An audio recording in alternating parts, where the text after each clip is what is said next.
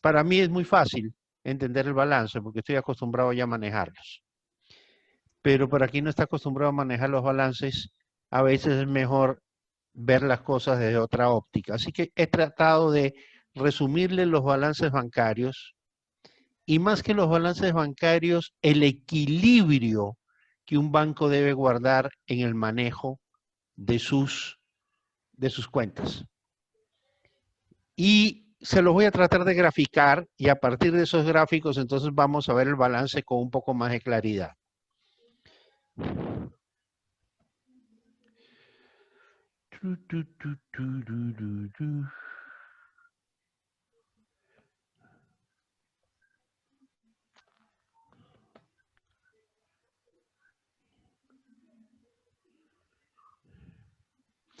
Bien, partamos de algo fundamental, que son los riesgos bancarios. El negocio financiero es un negocio de riesgo. En realidad todos los negocios tienen riesgos. Absolutamente todos los negocios tienen riesgos. El bancario es un negocio evidentemente de riesgo. Cuando hablamos de riesgo bancario, siempre hablamos de una serie de elementos como es el riesgo legal, el riesgo reputacional, el riesgo operativo, el riesgo de tipo de cambio, el riesgo de mercado. Pero todos esos elementos de riesgo se resumen fundamentalmente en dos grupos de riesgo o en dos grandes riesgos. El uno es el riesgo de liquidez y el otro es el riesgo de solvencia. Cuando hablamos de liquidez, ¿de qué estamos hablando? Estamos hablando de la probabilidad de pérdida en que incurre un banco debido a su imposibilidad de responder a demandas de retiro de los depositantes. Podemos tener el caso de un banco solvente, pero ilíquido. El público no entiende eso. El banco puede ser muy solvente, el banco puede tener mucho respaldo, el banco puede ser lo más solvente del mundo, pero si no tiene dinero para devolverle a los depositantes cuando los depositantes solicitan dinero, ese banco va a tener problemas. Va a tener problemas de liquidez. Y detrás del problema de liquidez viene el elemento más importante del que manejan los bancos, lo más delicado. Se llama confianza. ¿Qué es lo que manejan los bancos? Los bancos manejan valores fiduciarios que va desde el dinero físico hasta avales, garantías y todo lo demás. Confianza, la confianza del público. La materia prima fundamental de un banco es la confianza. Mientras un banco logra acumular confianza, ese banco crece porque la gente simplemente le deposita, porque la gente cree en el banco. Y cuando un banco es merecedor de confianza, pues simplemente recibe depósitos. Un depósito del público no es más que una demostración de confianza. Ustedes van a un banco, depositan en la ventanilla, el cajero les entrega un papelito, y ese papelito ni siquiera tiene una firma, tiene un garabato, y por último ustedes ni siquiera saben el nombre del que le puso el garabato. Y finalmente si ustedes hacen un reclamo con ese papelito no sirve absolutamente para nada. Lo único legalmente válido es la contabilidad del propio banco. Es decir, el banco no solamente que administra sus pasivos, sino que también mantiene el registro de sus propias deudas. Y son sus registros contables la única prueba de los depósitos que la gente tiene puesta en el banco. O sea, más confianza para dónde. No es que ustedes pueden demandar al banco con el papelito de depósito. El juez, si ustedes demandan al banco, lo primero que va a hacer es investigar la contabilidad del banco, si en la contabilidad del banco hay una cuenta en su nombre, y si el momento en que ustedes dicen que han depositado el dinero, en ese momento, en esa cuenta, la contabilidad del banco registra un depósito. A ese extremo llega el tema de confianza. Entonces, por eso es tan importante la confianza para los bancos. Los bancos, el dinero que reciben no se sientan arriba de él, lo prestan y simplemente guardan parte del dinero para cubrir las necesidades del público, las necesidades de liquidez del público, y siempre las están cubriendo con las reservas que han hecho. Pero en el momento en que las demandas de dinero vayan más allá de las posibilidades que tiene el banco para pagar, estamos hablando de que el banco está enfrentando un riesgo de liquidez. Vamos a hablar ahora del riesgo de solvencia. Para hablar del riesgo de solvencia, vamos a recurrir a unas láminas que les he preparado. El riesgo de solvencia no es más que la probabilidad de pérdida debido al deterioro o pérdida del valor de los activos productivos o de la liquidez del banco. Los activos productivos, aquí hay otro concepto que vamos a introducir. ¿Qué cosas son los activos productivos? Y cuando hablamos de activos productivos, también tenemos que hablar de activos improductivos. ¿Qué son los activos productivos? ¿Qué son los activos improductivos? ¿Qué significa que un activo productivo pierda valor? ¿Qué significa que el valor de un activo productivo se deteriore, se descomponga, se dañe? ¿Ok? ¿Qué perjuicio trae al banco? ¿Cómo el banco tiene que transparentar esa pérdida y cómo tiene que considerarla? ¿Dónde tiene que considerarla? Vamos a verlo a continuación. Esta vaina se congela. Veamos la estructura financiera de los bancos. Vamos a ver primero la estructura de los pasivos.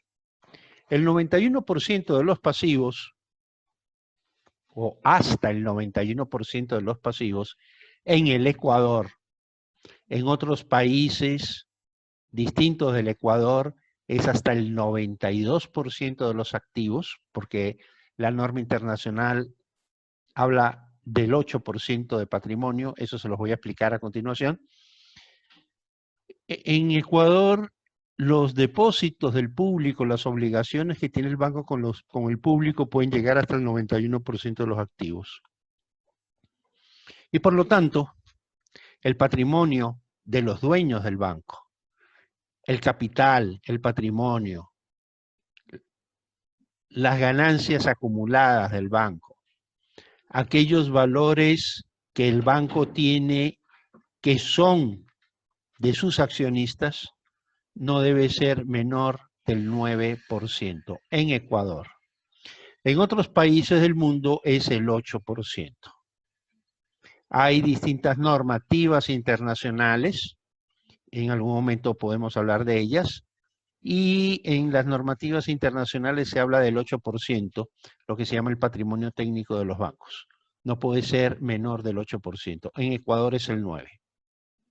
¿Ok? Si ustedes suman 9 y 91, les va a dar 100% de los activos. Entonces, los activos están financiados ¿cómo? Con 91% de plata ajena, de plata de los depositantes, y con 9% de plata del banco, de los banqueros.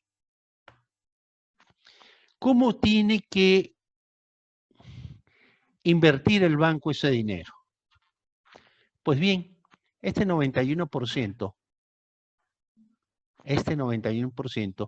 que es de los depositantes, el banco tiene que invertirlo en activos líquidos o en activos productivos. ¿Qué son los activos líquidos?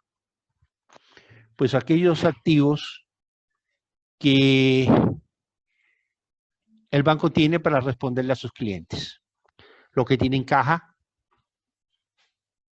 lo que tiene en la caja chica, lo que tiene en bóveda, en efectivo, lo que tiene depositado en el Banco Central, lo que tiene depositado en otros bancos del país o lo que tiene depositado en bancos del exterior. Esos son los activos líquidos. El dinero disponible para poder pagar sus obligaciones. ¿Qué son los activos productivos? Pues los activos productivos son aquellos que producen dinero. Son aquellos que generan intereses. Son básicamente dos: las inversiones y la cartera de crédito. Entonces, los bancos tienen la obligación de tomar la plata que reciben del público y parte de ella la dedica a la liquidez, sostener la liquidez del banco para poder responder, y la otra parte tienen que invertirla en activos productivos, es decir, activos que generen intereses. Y la característica fundamental de los activos productivos de los bancos es que no son activos fijos. Son activos que rotan en el tiempo, porque se vencen, se vuelven líquidos y luego se vuelven a invertir. Todos los activos líquidos, todos los activos productivos, de alguna manera tienen un cierto grado de liquidez. Por ejemplo, un préstamo a 30 días, un sobregiro que es a 28 días generalmente, es un activo que tiene el banco que le genera intereses, que le genera comisiones, que le genera ingresos y que antes de cumplir el mes debe devolverse dinero de nuevo. En otras palabras, el que se beneficia de un sobregiro no puede estar más de 28 días sobregirado. De hecho, el banco no le permite ni siquiera 7 días sobregirado. Pero podría estar hasta 28 días, menos de un mes. Y digo 28 porque acordemos de los sábados y los domingos. Si la operación se vence el viernes, tiene que pagarla el viernes, no puede esperar al lunes. ¿Ok? Menos líquido que un sobregiro es un crédito a 90 días. Significa que el banco durante 90 días no va a disponer del dinero, pero a los 90 días se supone que lo va a recuperar, lo va a volver dinero de nuevo y lo va a volver a prestar. Y este es más líquido que un crédito a un año o que un crédito a más de un año plazo. En otras palabras, mientras mayor es el plazo del crédito, menor es la liquidez del activo. ¿Qué cosa es el activo en este caso? Es la cartera, el préstamo. Ese préstamo es un activo del banco, cuya liquidez está determinado ¿por qué? Por el plazo de ese préstamo. Y ese préstamo el banco lo puede guardar y esperar a que se venza y esperar a que el cliente pague después de vencido el plazo, o puede salir y venderlo. Ese es otro tipo de operación que el banco puede hacer. Y muchos bancos venden su cartera. Una forma de financiarse los bancos es vendiendo su cartera. Los bancos, por ejemplo, la cartera de largo plazo, que es la cartera hipotecaria o cartera de vehículos, los bancos terminan vendiéndola.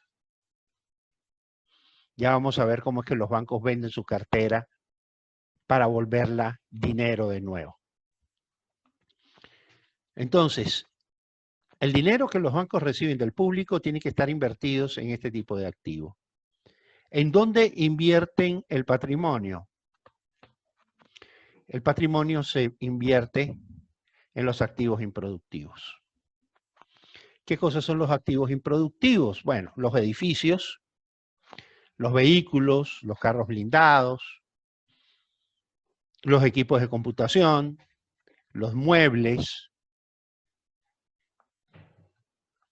¿Ok? Todos esos activos que tiene un banco. Pero hay otro activo improductivo que es tremendamente importante y que a los bancos les hace mucho daño. Se llama la cartera tóxica.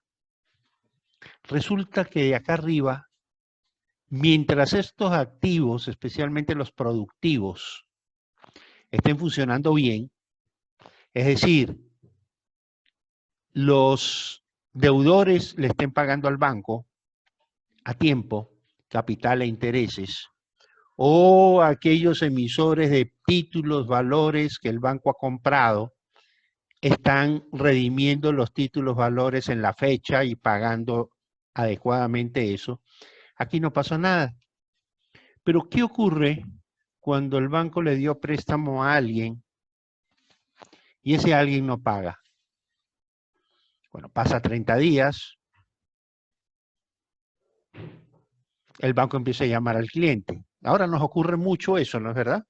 Ahora con la pandemia, los sueldos se retrasan, por lo tanto nunca pagamos a tiempo. Generalmente pagamos con una semana, 2 semanas, a veces con un mes de atraso, pero pagamos. Pero de todas maneras, el banco ya comienza a tener problemas y necesita recuperar ese dinero. Pero ¿qué pasa cuando pasa el tiempo y el banco no lo recupera? Estos que eran activos productivos, que estaban acá arriba, se convierten en activos improductivos. Pasan acá abajo. ¿Ok? Pasan a ser improductivos. Y cuando un activo productivo pasa a ser improductivo, se convierte en una pérdida potencial. ¿Con qué vamos a financiar las pérdidas que un banco tiene? Y que todos los bancos lo tienen. Porque siempre habrá un cliente que no pague, siempre habrá un crédito que no se puede recuperar. ¿Con qué tenemos que cubrir eso? Pues tenemos que cubrirlo con el patrimonio. Para eso está el patrimonio. El patrimonio es un colchón que absorbe el golpe de los activos improductivos, o lo que algunos llaman activos tóxicos. En épocas como la actual, esos activos tóxicos se vuelven muy peligrosos porque a veces los bancos los disfrazan. Por ejemplo, por disposición mismo de la autoridad, los bancos pasaron a refinanciar los créditos vencidos durante la pandemia. Entonces a mí me llaman de la tarjeta de crédito, mira, yo sé que tú no has podido pagar, te vamos a refinanciar, te vamos a dar un crédito de largo plazo para que puedas pagarlo y no te preocupes, empezarás a pagarlo dentro de 3 meses. Eso está bien, pero cuidado, porque yo puedo estar refinanciando un activo tóxico que lo estoy viendo como válido, que tiene un valor, cuando en realidad no lo han pagado no por el problema de la pandemia, no por el problema de que los cobros se han retrasado, sino simple y llanamente porque el deudor no va a pagar. Y entonces comenzamos a tener problemas con ese activo. En todo caso, los bancos tienen que ver mucho estos elementos. Cuando un activo productivo deja de ser productivo, y cuando deja de ser productivo, cuando se vuelve improductivo, cuando el deudor no paga, el banco tiene que empezar entonces a hacer las provisiones para que ese activo no afecte las obligaciones con el público. ¿Y cómo lo hace? A través de la creación de provisiones que se van sumando al patrimonio, que se van poniendo acá. De esa manera, los activos van pasando hacia acá y conforme esto va pasando acá, el banco va fortaleciendo su patrimonio. ¿Cómo lo fortalece? Precisamente con provisiones. Es decir, de sus utilidades potenciales, saca una parte que la pone como gasto. Una provisión, lo saca de sus ingresos. De los ingresos que el banco ha producido, tiene que destinar una parte de esos ingresos a reponer las pérdidas que se generan por la conversión de activos productivos en activos improductivos. En otras palabras, por la toxicidad de los activos. Conforme los activos se van volviendo tóxicos, van dejando de ser productivos, el banco inmediatamente tiene que sacar el dinero y cubrir esas pérdidas. ¿De dónde la cubre? De sus propias ganancias. Entonces, la primera línea que va a cubrir un banco no va a ser pagarle a sus trabajadores, va a ser las provisiones necesarias para cubrir las probables pérdidas que tiene por los activos improductivos que se le están creando. Bien, estos activos líquidos y productivos, ¿cuáles son? Bueno, la liquidez, caja, banco, ¿ok? Las inversiones y la cartera, estos son los activos productivos. Y acá, en los activos fijos, los activos diferidos, otros activos, y también ahí tienen que ir dentro de los otros activos, esos activos que perdieron su valor. El banco los tiene que sacar de los activos productivos y mandarlo como otro activo. Lo manda al basurero. En otros activos está el basurero. ¿Con qué se financia el basurero? El basurero se financia con el patrimonio de los accionistas. ¿Qué ocurre cuando en un banco este patrimonio empieza a deteriorarse? ¿Cómo se deteriora? Con los activos improductivos. ¿O qué ocurre cuando en el banco vemos que empezamos a financiar activos improductivos con depósitos del público? Por ejemplo,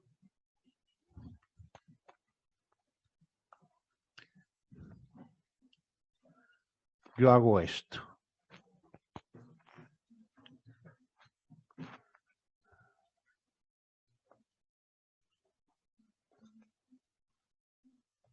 ¿Qué está pasando ahí?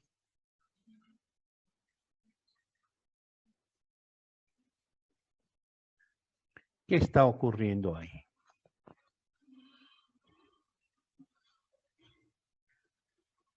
¿Qué pasó con el equilibrio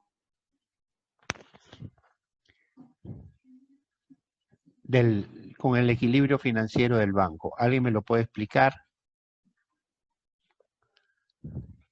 ¿Qué pasó ahí?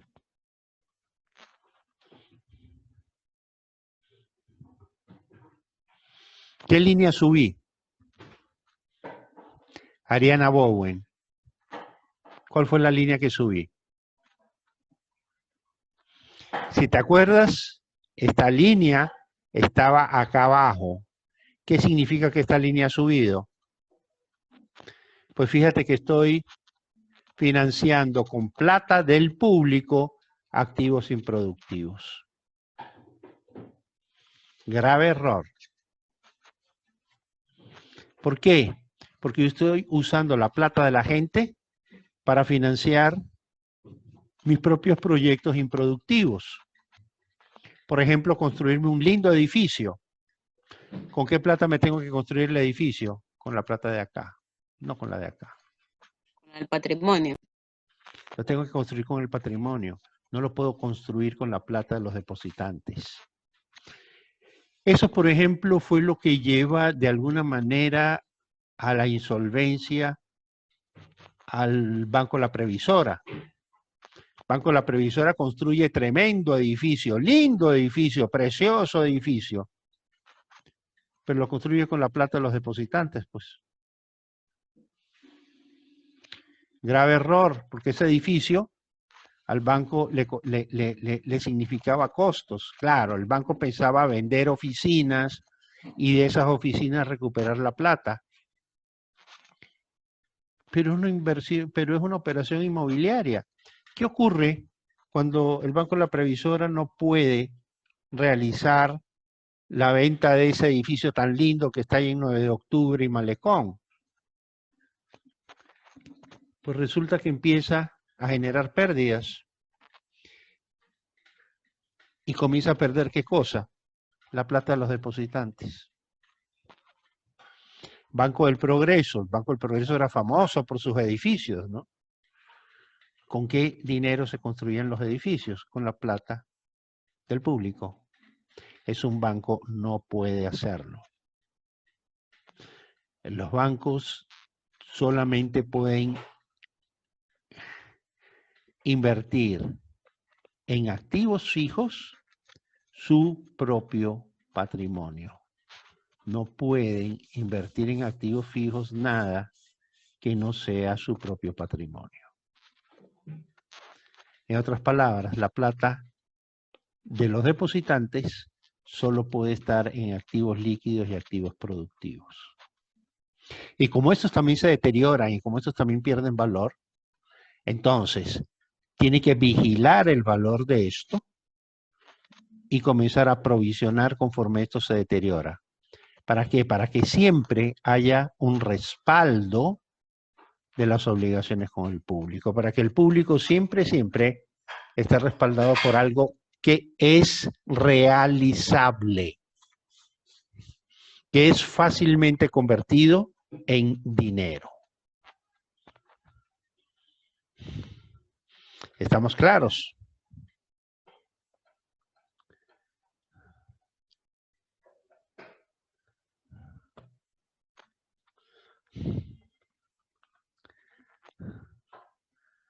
Avancemos. Las obligaciones del público, el 91% de los activos del banco, más el patrimonio. Aquí tenemos entonces la equivalencia, ¿no es verdad? Los depósitos del público, depósitos monetarios, dinero, ahorros y depósitos a plazo, cuasi dinero, son los que están acá. Esto tiene que estar invertido ¿en qué? En activos líquidos, caja, otros bancos del país y del exterior, y en activos productivos, es decir, inversiones en activos financieros y operaciones de cartera. El patrimonio tiene que estar invertido o puede estar invertido en activos productivos. Si tenemos un banco que trabaja en una oficinita modesta, donde el gerente en vez de tener un Mercedes-Benz tiene un Nissan barato y invierte en tecnología exactamente lo que necesita, pero en edificios no invierte mayor cosa o alquila edificios, pues este banco puede invertir también parte del patrimonio, lo puede invertir en activos productivos y se convierte en un banco mucho más eficiente. A lo que estamos hablando es de que esto de aquí no puede ser mayor que esto de acá. ¿Puede ser menor? Sí. Y qué bien que sea menor. Citibank, por ejemplo, lo que tiene en Guayaquil es una oficina. Y no sé si sea propia. Entonces, Citibank tiene el grueso de sus activos, los tiene colocados en activos productivos. Al colocar todo el patrimonio en activos productivos, los costos se minimizan y los ingresos aumentan. Lo que estoy diciendo no es que esto tenga que ser igual. Lo que estoy diciendo es que esto no puede ser mayor que esto. ¿Estamos? ¿Está clara la idea? Entonces, ahora sí podemos ver los balances.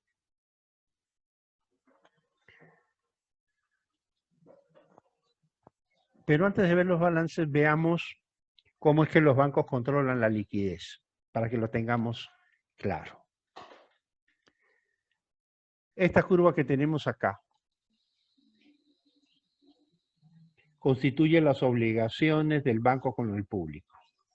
Desde enero del año 2003 hasta enero del año 2020. Hasta este año. Hasta el otro día. ¿Ok? ¿Cuál es la fuente? Superintendencia de Bancos. ¿Qué banco es? Todos los bancos del Ecuador. Observen que aquí se marcan en esta serie tan larga, se marcan básicamente 3 etapas. Una etapa que va hasta el año 2009, que es esta de acá, donde ustedes ven un crecimiento de los depósitos hasta el 2008 y de ahí se aceleran, suben hasta el 2009 y de ahí se caen, ¿sí ven? Y se mantienen por debajo de la tendencia hasta más o menos 2011, 2012. Es que los depósitos de los bancos es un buen indicador del PIB, el crecimiento del PIB. De hecho, uno de los indicadores que siempre se tiene de los indicadores macroeconómicos es qué porcentaje del PIB es la liquidez de la economía. ¿Y qué cosa es la liquidez de la economía? Los depósitos del público en los bancos. Aquí el PIB crece de manera rápida, pero más lenta de lo que vemos acá. Entonces aquí vemos un crecimiento también de los depósitos relativamente lento. Aquí hay una caída de los depósitos. ¿Qué ocurre acá? La famosa crisis internacional, que hizo caer el PIB a casi cero de crecimiento. Esa caída del PIB nos generó también una caída en los depósitos bancarios. La recuperación es rápida, sin embargo, se mantiene por debajo de la tendencia. Hasta más o menos 2012, donde empieza a crecer por arriba de la tendencia. Miren lo que pasa después. ¿Qué punto es este de aquí? ¿Sí ven? Aquí estamos hablando, este es diciembre del 2014. Este que tenemos acá. ¿Por qué sé que es diciembre? Si ven estos puntitos de acá, esto es diciembre, esto es diciembre, este es diciembre, este es diciembre. Estos puntitos son diciembre de distintos años. Es que en diciembre la liquidez sube. La economía se acelera. Las empresas pagan el 13º sueldo y eso hace que los depósitos suban. Los comercios venden todo lo que tienen que vender para Navidad y eso hace que los depósitos de las empresas suban. ¿Qué pasa en enero? Siempre enero, febrero, marzo los depósitos caen, ¿sí ven? Enero, febrero, marzo los depósitos caen. Enero, febrero, marzo los depósitos caen. Aquí la caída es mucho más profunda porque aquí ya la caída ya es de crisis. La diferencia entre estas caídas y esta de acá es que estas responden al movimiento estacional normal de los depósitos y esta responde a un problema de crisis en el PIB. Pero les muestro la tendencia de los depósitos siempre siguiendo al PIB. ¿Por qué? Porque alguien preguntaba, bueno, ¿y qué ocurre si la gente va y saca más plata de la que el banco espera que saque? El banco siempre tiene que estar observando esta curva, que es la curva del crecimiento de los depósitos. Cuando los depósitos crecen, ¿qué es lo que está ocurriendo? Pues que la gente deposita más dinero del que retira. Siempre va a haber más depósitos de lo que se retira. Ahora, esto estoy viendo la línea gruesa de mes en mes. Los bancos tienen que observarla diaria. No es lo mismo los movimientos de un lunes que los movimientos de un viernes. Normalmente los lunes los bancos los lunes la gente deposita en los bancos. Deposita especialmente en los movimientos de fin de semana. Los fines de semana la gente sale, compra, va, se compra su hot dog, su salchipapa y sus vainas, ¿ok? Deja la plata en los comercios y el lunes van los comercios y depositan la plata en el banco. Entonces los lunes los depósitos suben. ¿Cuándo caen los depósitos? Los viernes. Porque los viernes son el día que la gente va al banco, retira dinero para tener el fin de semana. No es lo mismo un día entre un día cualquiera que un día de quincena. En las quincenas, las empresas depositan dinero que no es otra cosa que una transferencia de sus cuentas hacia las cuentas de sus trabajadores ahí los depósitos no se mueven, ahí los depósitos no crecen. Y luego que las empresas pagan a sus trabajadores, los trabajadores retiran dinero. Eso ocurre en quincena y ocurre a fin de mes. Entonces, los bancos tienen que observar esos movimientos. Y los bancos entonces trazan una línea como la que ustedes tienen acá. Pero es una línea mucho más ajustada. Aquí hemos hecho una sola recta, con datos mensuales. ¿Ok? Con datos mensuales. ¿Qué me dice esto? Que mes a mes los depósitos crecen.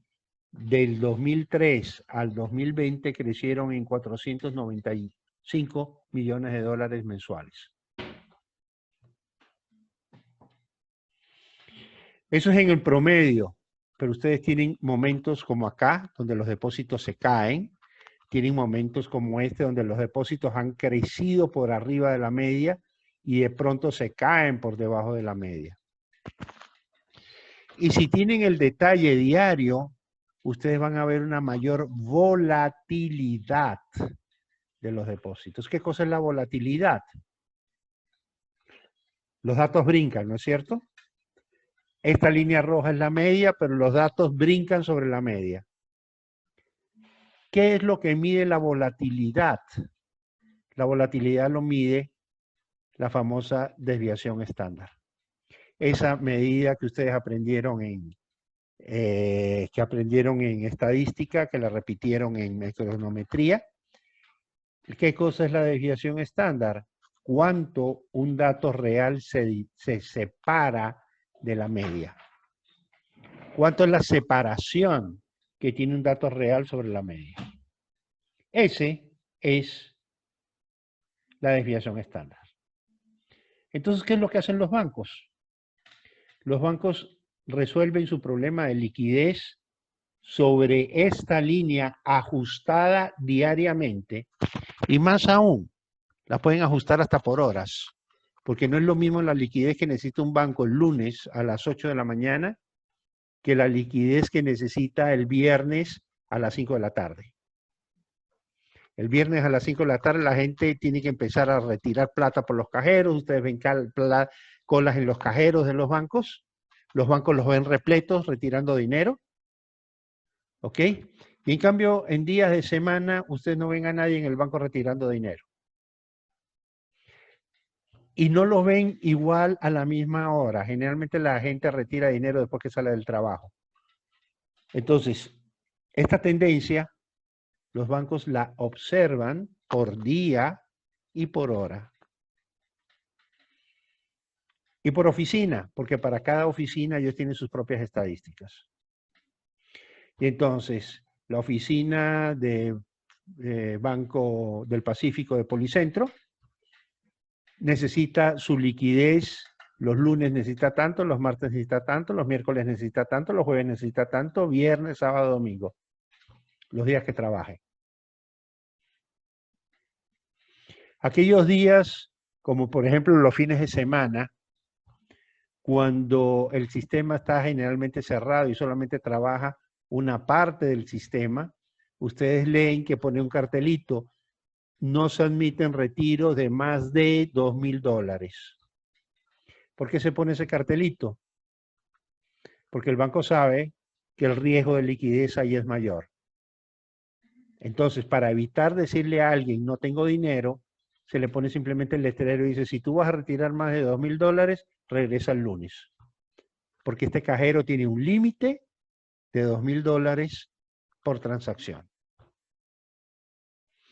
¿Por qué? Porque el sábado y el domingo pues no tengo el carro blindado que va de un lado a otro llevándome el dinero que necesito. Cuando estoy viendo que los fondos se están disminuyendo. ¿Estamos?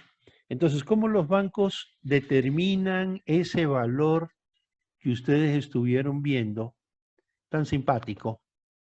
Ese valor que veíamos, que alguien se preguntaba, ¿y si el banco se equivoca? No, es que para eso Los tesoreros de bancos tienen que saber econometría y tienen que saber estadística. ¿Me explico? Para eso ustedes estudiaron estadística, chicos. Para hacer ese tipo de cálculo.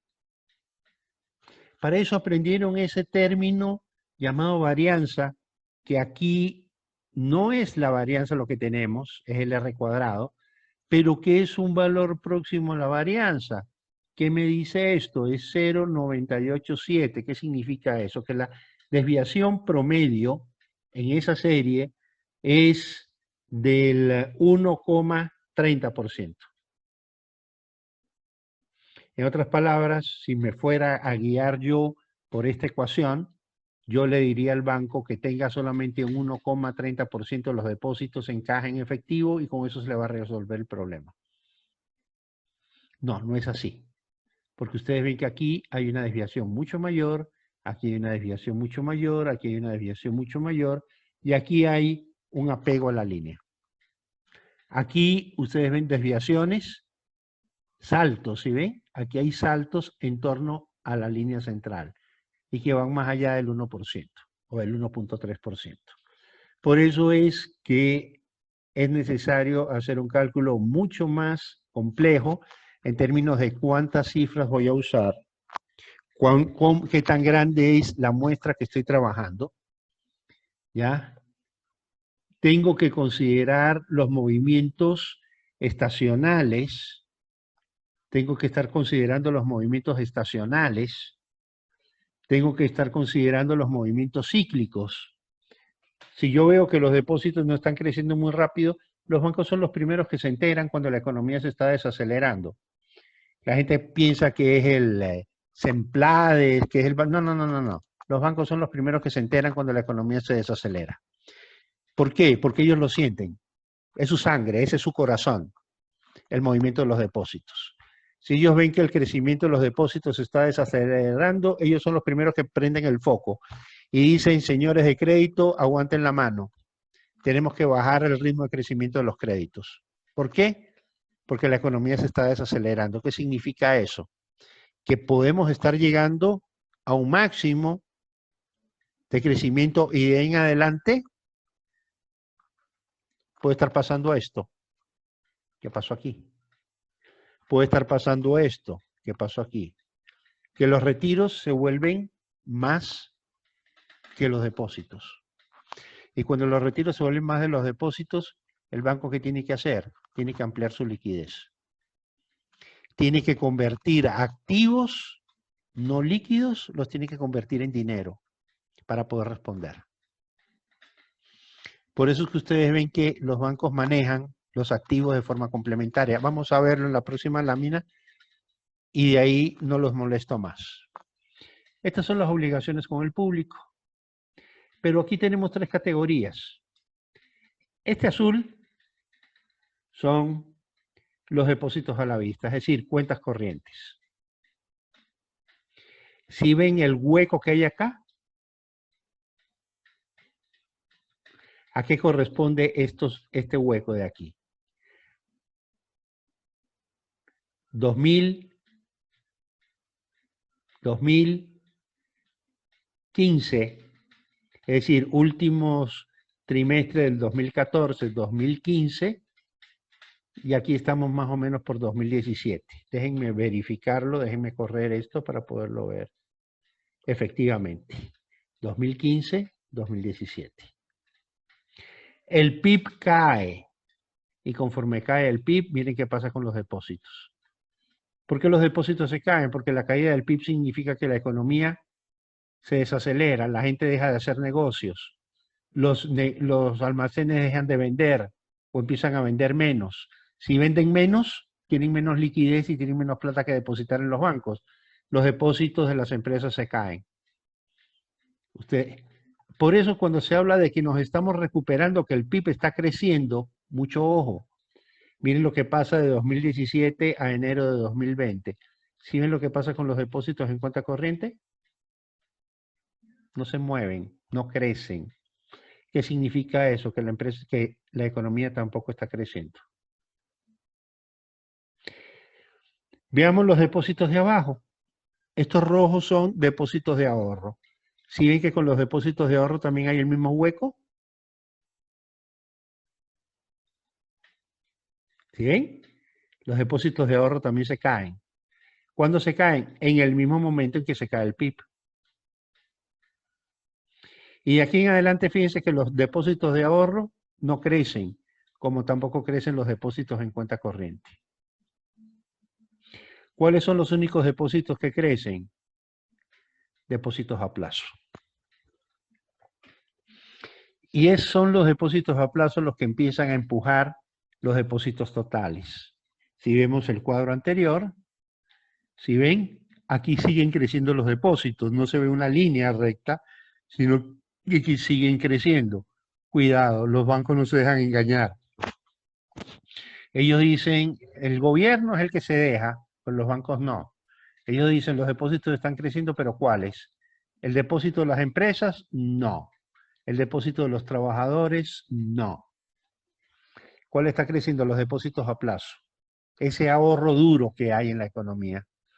Pero buena parte de ese depósito a plazo crece empujado ¿por qué? Empujado por los intereses que los propios bancos pagan. Es decir, la gente va, renueva su depósito y capitaliza intereses. Entonces uno ve como que el depósito está creciendo. Está creciendo porque los bancos están pagando intereses. Es decir, la plata está saliendo de los propios bancos. Pero si vemos los depósitos, estos no están creciendo. Estas son las empresas, cuentas de cheques. Estos son las personas, cuentas de ahorro. ¿Ya van entendiendo cómo es que los bancos manejan su liquidez?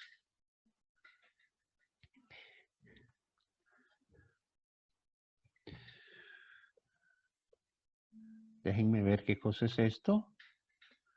Estos son los fondos disponibles de los bancos. ¿Qué cosas son los fondos disponibles? La plata que los bancos tienen en el Banco Central, en el exterior y en las cajas. Si ven, en esta primera etapa, la liquidez de los bancos es baja. Están por debajo de la media. Pero ¿qué ocurre aquí? Los bancos se volvieron conservadores. Los banqueros saben de economía y saben que ese crecimiento no era un crecimiento cualquiera. Es un crecimiento impulsado por los precios del petróleo, aunque el gobierno decía otra cosa. Entonces, ¿qué era lo que hacían los bancos? Se frenaban. ¿Cómo sé que los bancos se frenaban? Porque su liquidez está sobre la media. ¿Qué pasó aquí? Aquí tuvimos la crisis. ¿Qué es esto? 2015. No solamente bajaron los depósitos, la gente se llevó la plata de los bancos. Por eso la liquidez bajó. ¿Qué hizo los bancos? Inmediatamente empezaron a liquidar cartera y volvieron a hacer liquidez. En este momento la liquidez de los bancos está por debajo de la tendencia.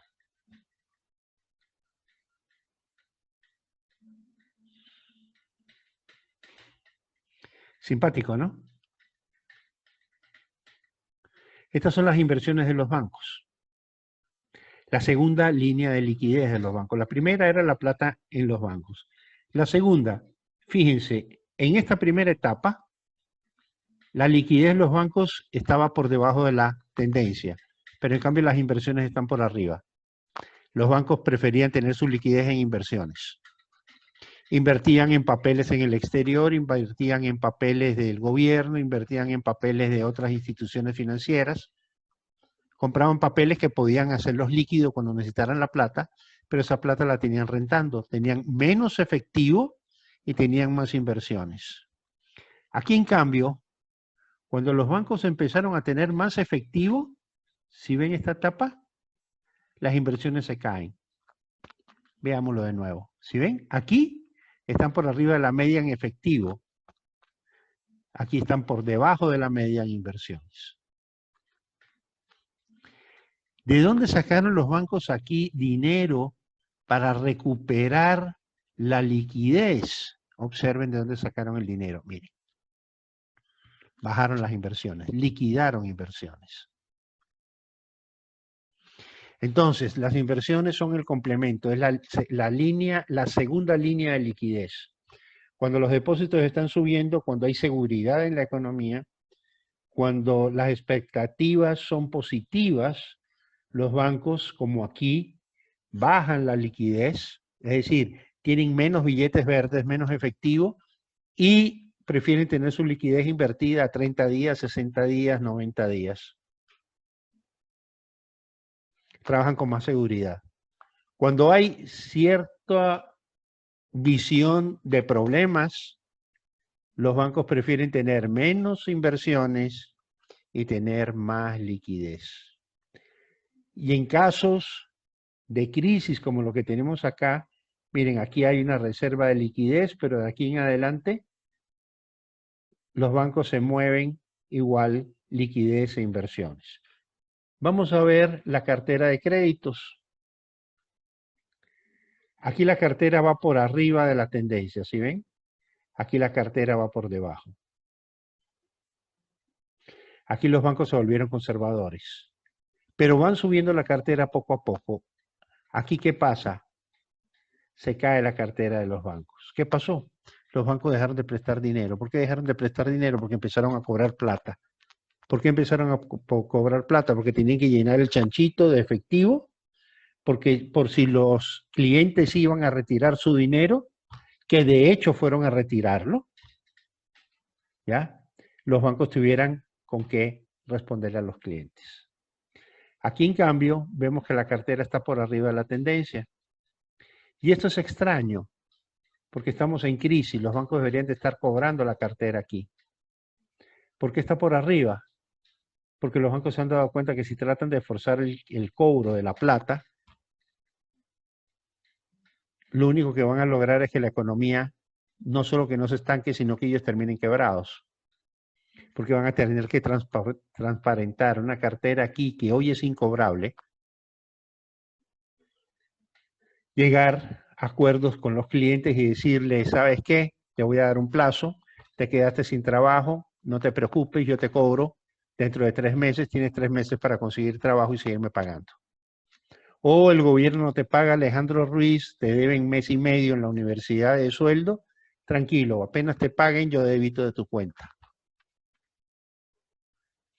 Te voy a cobrar los intereses de mora, te voy a cobrar todo eso, pero no te estoy fregando la vida todos los días ni te estoy mandando abogados. Ya sé que la plata te va a llegar a la cuenta y apenas te llegue a la cuenta, yo me encargo de mocharte.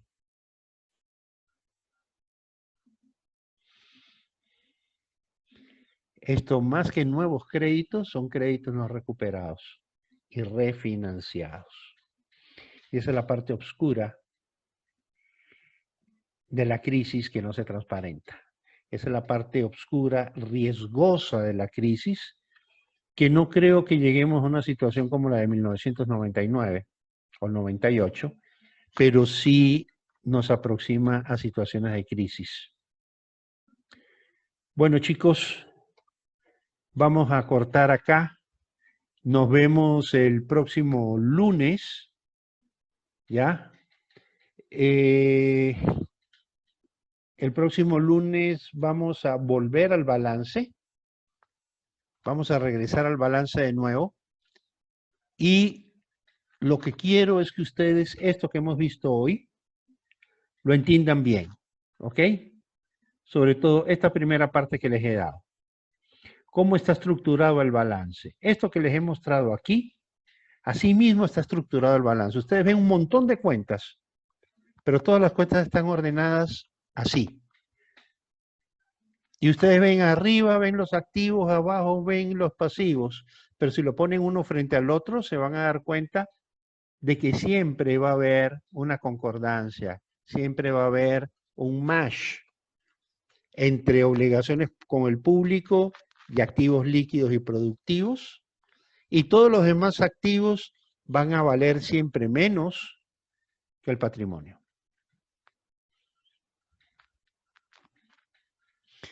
Esa es la estructura de un banco sano. Cuando sé que un banco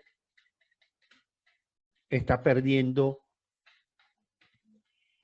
está entrando en problemas. yo veo que un banco está entrando en problemas, por ejemplo, se los pinto aquí, como ya se los había pintado antes. Al banco le está pasando esto, por ejemplo.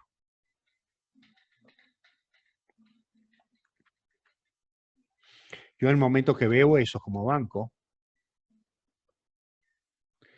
que es esto mismo, en ese momento, ya yo tengo que liquidar ese banco. De hecho, debí haberlo liquidado antes. ¿Me explico? ¿Por qué? Porque aquí ya los activos improductivos están comiendo parte de los depósitos. Ya, si yo liquido el banco así como está, no voy a tener dinero suficiente para pagarle a todos los depositantes. Para eso está el seguro de depósitos, ¿no es verdad? Pero la idea es que el seguro de depósitos solamente sirva para adelantar el dinero que el banco necesita, para pagarle a sus clientes, y se supone que el banco en liquidación luego le va a pagar al seguro de depósitos de lo que logre liquidar. El asunto es que mientras que esta línea de activos improductivos se va comiendo los activos productivos, el banco entra en insolvencia. Entra en insolvencia, ¿por qué? Porque ¿con qué paga el banco sus gastos? Con los intereses que producen estos activos. Y entonces, conforme estos activos se vayan reduciendo, los ingresos del banco se van achicando. ¿Y el banco entonces con qué paga sueldos y salarios si la plata de los ingresos no alcanza? Le echa mano a la liquidez del banco. En otras palabras, va transformando liquidez en gastos. ¿Y de dónde sale la liquidez? De los depósitos. De esa manera, el banco se va tragando a los depositantes. Entonces, cuando una autoridad bancaria toma la decisión de liquidar un banco, no está haciendo nada malo, está haciendo algo bueno. A veces los políticos no entienden el tema. Yo trabajé en estos 8 años con el gobierno anterior. Y era un dolor de cabeza tratar de convencer, por ejemplo, a los políticos que estaban cerca del gobierno, que había un banco que era el Banco Territorial que había que liquidarlo, que era urgente liquidarlo, que cada día que ese banco estaba abierto era un día que los depositantes perdían plata. Claro, los depositantes no se daban cuenta porque mientras haya liquidez y la gente no retire su dinero, nadie se da cuenta. Pero estos activos iban creciendo y se iban comiendo los activos líquidos, es decir, le iban quitando respaldo a los depositantes. Estos activos líquidos y activos productivos son la garantía de que estas obligaciones van a ser pagadas. En el momento en que yo empiezo a perder los activos productivos, comienzo a perder la garantía que sostiene la integridad de los depósitos. Entonces, en el momento que uno ve que esa línea comienza a subir, en ese momento la autoridad le tiene que decir al banco: hasta aquí llegaste, hasta hoy llegaste. La gente se asusta. Para eso está el seguro de depósitos, para que la gente no se asuste, para salir a pagar inmediatamente. Lo peor que puede hacer un gobierno es aguantar un banco insolvente hasta que esa línea ya no dé más. Hasta que llegue el momento en el cual ya no puede ni siquiera pagar salarios, porque ya se tragó toda la liquidez. Porque ya no tiene ingresos. Porque reemplazó la liquidez, reemplazó la falta de ingresos, la reemplazó con la liquidez. Entonces, en el momento en que ocurre eso, ahí sí el banco no tiene ni un centavo para responder. Ya ahí no hay nada que vender en el banco. ¿Qué es lo primero que uno vende en un banco? Lo primero que uno vende en el banco son los activos productivos. Toman la cartera, se la ofrece a otros bancos, le dice: mire, aquí hay esta cartera que es buena, No voy a vender la cartera tóxica, voy a vender la cartera buena.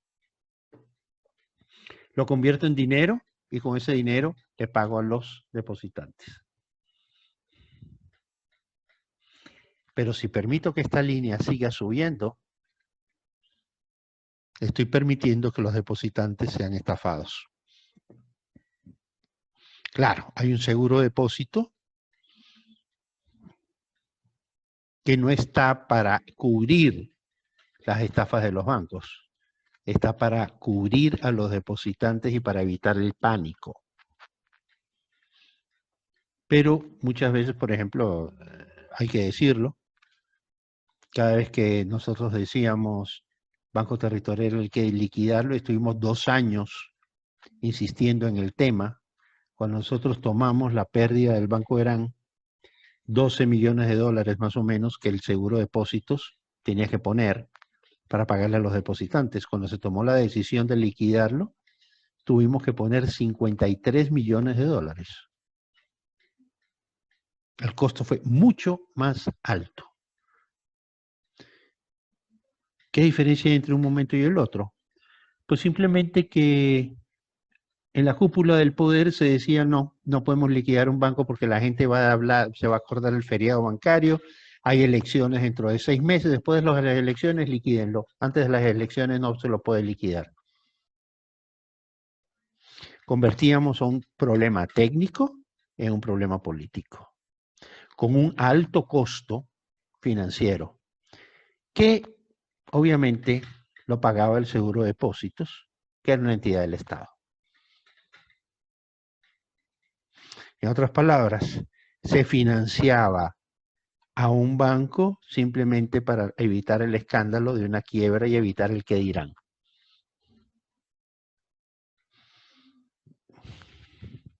Estamos claros.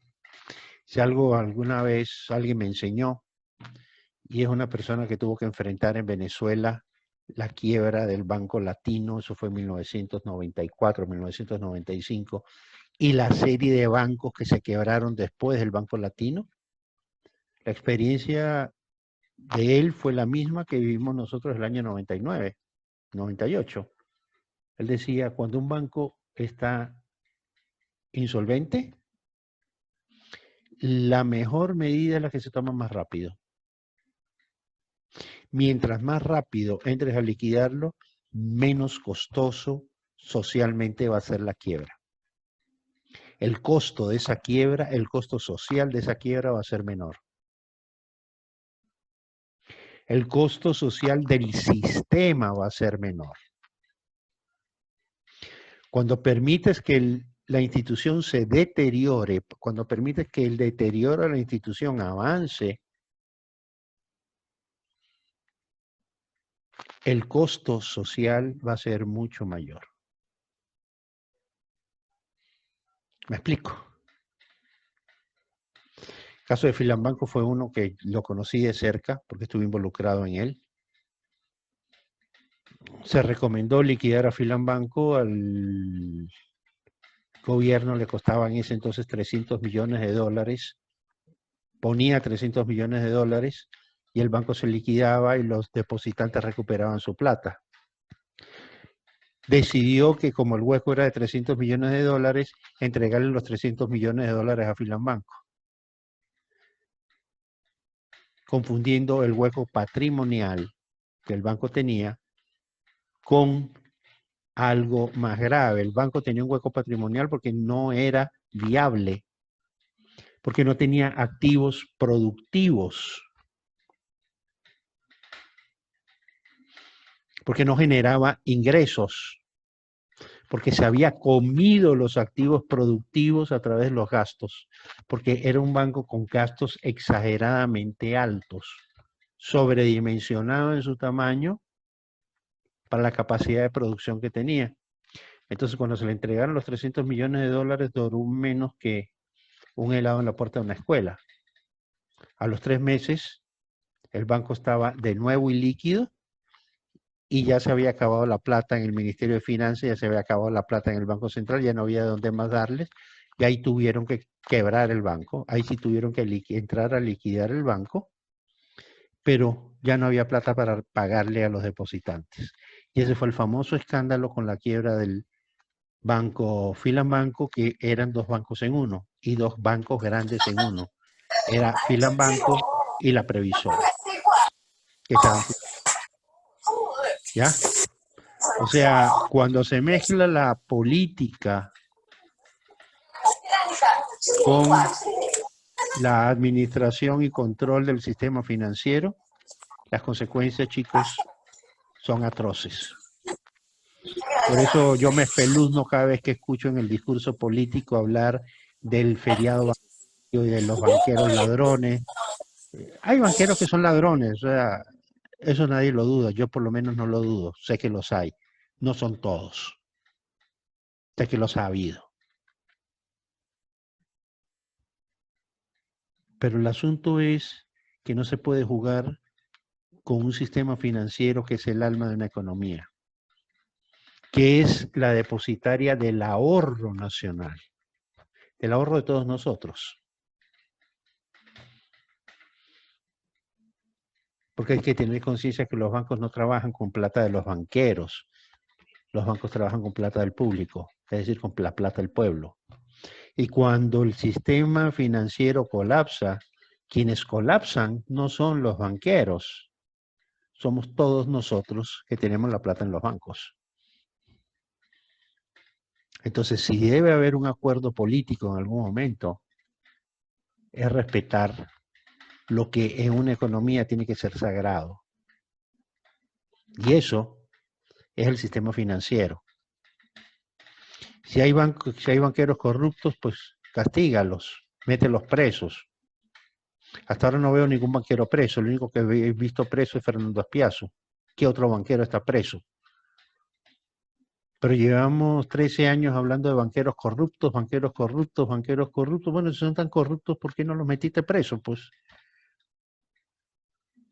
Y lo hacemos destruyendo, deteriorando una institucionalidad que en una economía es fundamental para poder salir adelante, que es el sistema financiero,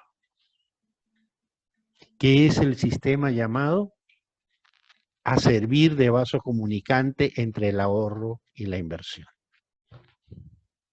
¿Estamos claros? Bueno, chicos, si no hay preguntas, nos vemos el próximo lunes.